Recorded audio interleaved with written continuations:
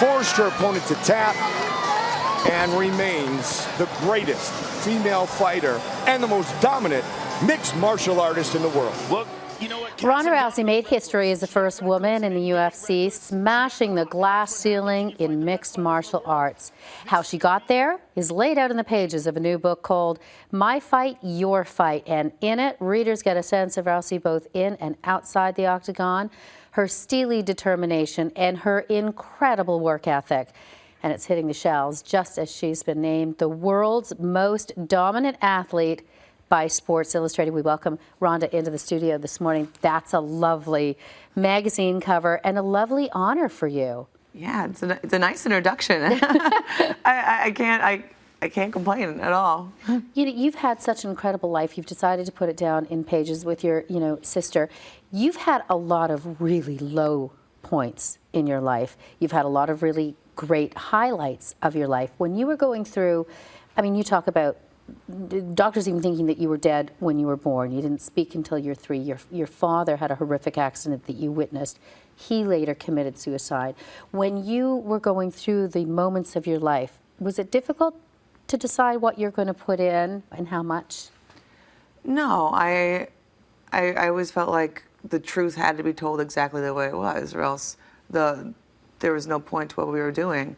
When I was 16, I tore my knee out, and when I was coming back and recovering, I was reading Lance Armstrong's book, and I felt so inspired that if he could come back from cancer, I could come back from knee surgery. And then when I found out it was just all lies, when I was older, I felt guilty for being so inspired by something that wasn't real.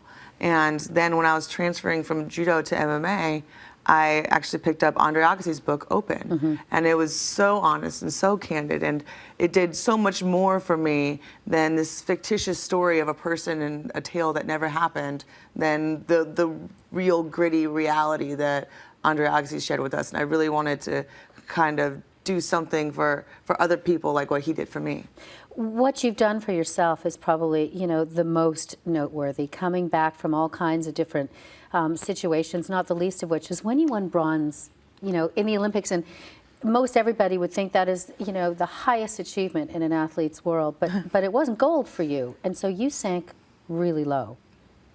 Well, I was happier with the bronze medal than I thought I would be, but I also realized that I didn't think that gold was worth it to go for another run, because I was really unhappy with the process that it took to get there.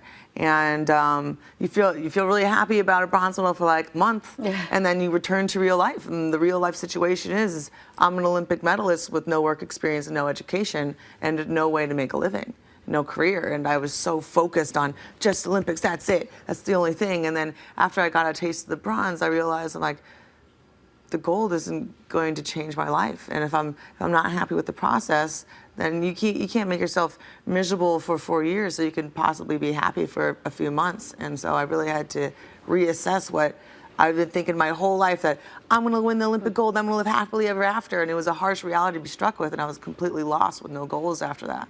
Considering the success that you have, that you're enjoying right now, it's hard for a lot of people to even imagine. You talk about it in the book, that time where, well, for a little while anyway, you were living in a car, you were drinking too much, then you found this other apartment that you said was barely a step up from the car, like a 12 by 12 thing where the sink fell off and the toilet backed up, and it was awful.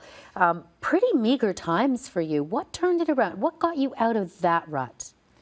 I think it was kind of just a self-discovery period where I was trying to figure out what could make me happy, because I spent all this time building my body up to this great grand goal, and I was very disappointed by it. I was devastated by failure, but I was also kind of disappointed by success. And so I thought, well, maybe I should just go completely the opposite direction and not care about anything, and I'll just pretty much drink and self-medicate and whatever the rest of my life. When I realized, okay, that's not making me happy either. I can't do that forever. And so I was really kind of figuring things out, and it was in that time period that I would be bartending and just kind of being a loser and watching MMA on TV. And I would tell people like, oh yeah, I could beat any chick in the world doing that. And it's the most frustrating thing to be the best in the world at something and have no one believe you.